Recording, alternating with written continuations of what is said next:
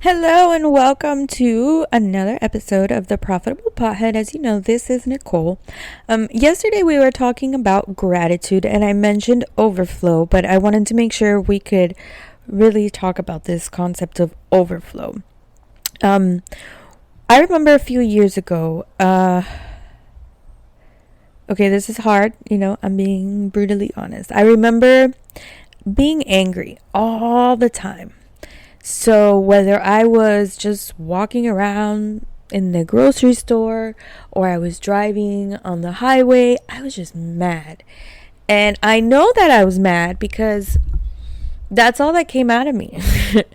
I guess I didn't realize it consciously, but whenever something happened, I would just blow up. And then I learned this concept of overflow. And basically it says what is in you, it makes a lot of sense, right? Is what comes out of you. So like if you're like a cup, right? And you're filled with water and you burst, what comes out? Water, right? Like duh. So if deep down inside you're really angry, and then something happens and you bubble up, what happens? You're angry. So somebody cuts you off, you yell. Or you're, flick them off. I don't know, whatever. I live in Miami, so that can get pretty intense. If you're, if you're in the grocery store and somebody hits you, if you're, I don't know, you're just walking about and somebody cuts you off. What's the reaction? Is it anger? Or is it grace? And for me, for a long time, I remember it was anger. It was anger or it was sadness. And that's because it was what was inside of me. I had to learn, like we talked about yesterday, like the stuff that I'm talking to you guys about is not like this theory and I imagined it and then there's like this story that's playing out in my head. No, this is the stuff that I've lived. So I had to learn to be grateful, to be graceful, to appreciate what I did have and be able to let go. Now, a note, anger in itself is not a bad thing. None of your emotions are really bad emotions. Your emotions are something that help you deal with the world. But you can't let your emotions run you. That's not what they're there for.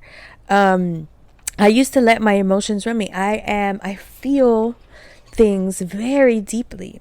And for a long time, I thought that's just the way it is. And it is to a certain extent. I'm always going to be, I can't turn off my emotions. I tried that and it didn't work. I had to appreciate, I had to be grateful for those emotions. And I had to learn to use them appropriately.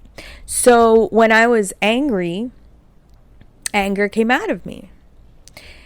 The first thing that you have to do, and I'm going to tie this back into Think and Grow Rich because it's just such an important book. And it was written, I love the fact that it was written so long ago and the concepts still apply. What you think about, you bring about. You are in control of your brain. You are in control of your emotions. And in the beginning, it's really easy to say that, I know. In the beginning, it's really tough to grab a hold of that because you're like, how do I control it?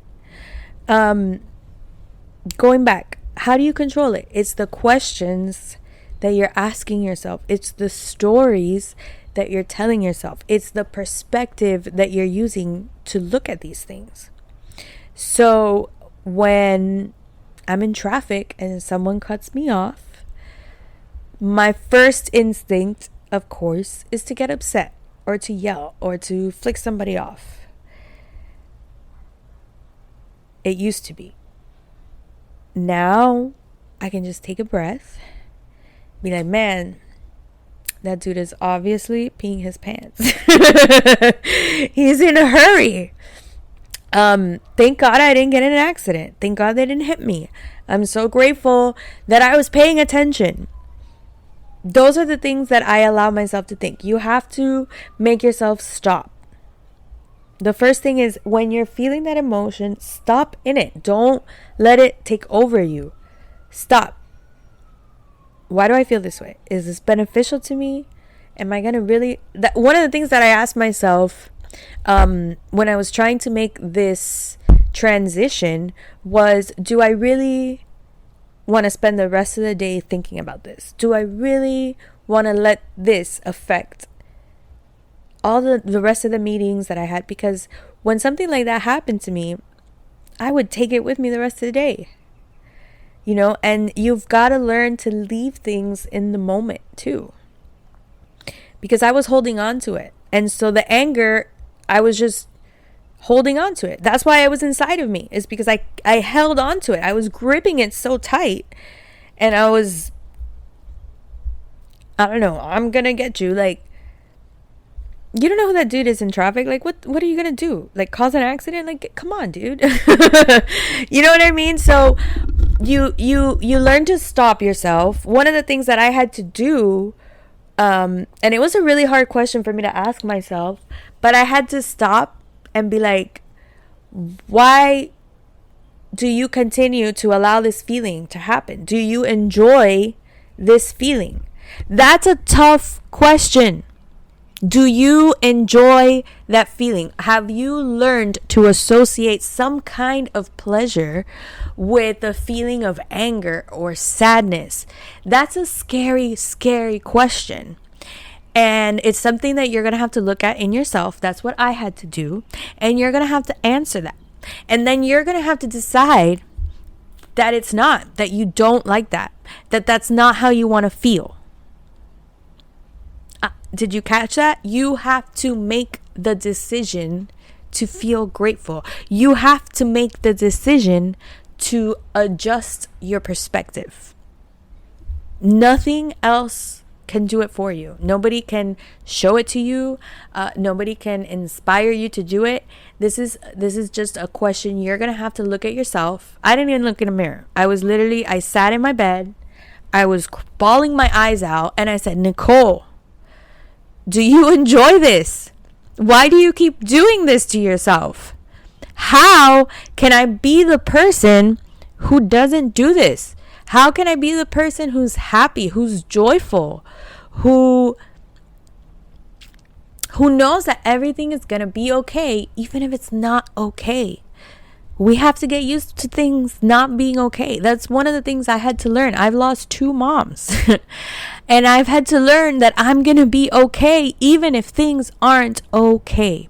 And you're going to have to learn that too. As entrepreneurs, that's all we do. We solve problems. That's it. And so we're going to have to learn to be comfortably uncomfortable. I don't like change. It scares me. Kind of, I don't know. It's like this weird entrepreneur thing that we have where we're terrified of habits, but we're also terrified of change. And so we're stuck in this middle ground. You've got to look past those things and look. One of the things I talk about in my book is, instead of, for example, looking at the dishes and being like, crap, I have to wash all these dishes. Be like, man, I'm so grateful that I have a clean kitchen. Everything is about changing your perspective. How do you look at something? So I want to leave you with an actionable step, because what's the point of just listening to me rant? How can you adjust the perspective of something and be grateful for it? What can write down 3 things that sucked. You got to be real. Like, nobody's going to look at this. I'm not checking your homework. This is something that, I mean, if you want to do it, you do it because you want to get better. And if not, move on with your life. Whatever. Write down 3 things that sucked, that are your weaknesses, and figure out, how can I look at this in a new way? How can I had to ask that for myself. How can I stop being sad about the fact that my mom is gone and appreciate what I have now? because guess what? I can't go back. I can't bring her back. There's no infinity stone. There's no resurrection stone. I can't. There's nothing. There's nothing I can do. The only thing I can do is keep going. She came to this country from abuse, from Cuba. So it was during the freedom flights. And she came to this country. She built a life, and then she passed away. Is that it? No. I'm grateful that she got the chance to have me. And I'm going to tell the whole world about her. She's, you know what I mean? Like, I've got to tell you about what happened to her, because maybe you've gone through something like that and you thought,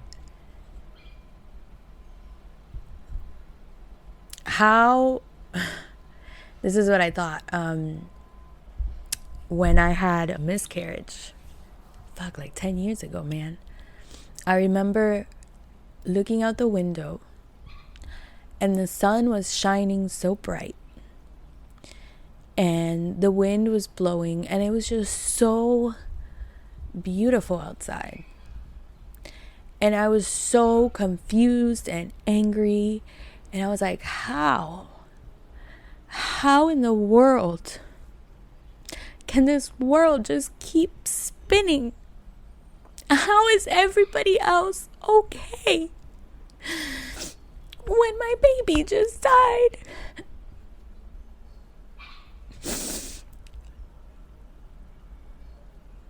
And you have to learn to find gratitude even in those moments. I'm grateful for the experience that I had. And I'm grateful for the way that my baby changed my life, even though they never made it here. Because I realized that nothing else matters. We're so small. And you have to be grateful for everything. One day I will have a baby and I'll hold him in my arms and I'll be grateful that I had to make that change 10 years ago. And I decided that I wasn't going to be the mom who can't even afford to go buy milk for her baby, the mom who doesn't know if she's going to have a roof over her head for her baby, because of what I had to do when I lost that one. I am who I am today because of the things that happened to me. And so I can't regret them. I've just got to look back on them with gratitude. I'll always love that baby, even if I never held him in my arms. And I'm grateful for that experience as much as it sucked, because I wouldn't be on the journey I am today. I wouldn't have worked so hard to build something for myself and for them, for my children that I don't even know who they are yet. You've got to find gratitude, because that is what overflows out of you. Go find 3 things. I gave you 3 examples of things that have happened to me that suck, that I was able to find something to be grateful about. I don't know what your journey is, but I know that there's something in that journey that you can leverage and turn into gold, because that's what we do. All right, that's enough for now. We'll go on tomorrow. We're gonna talk about mental toughness, y'all. All right, see you tomorrow.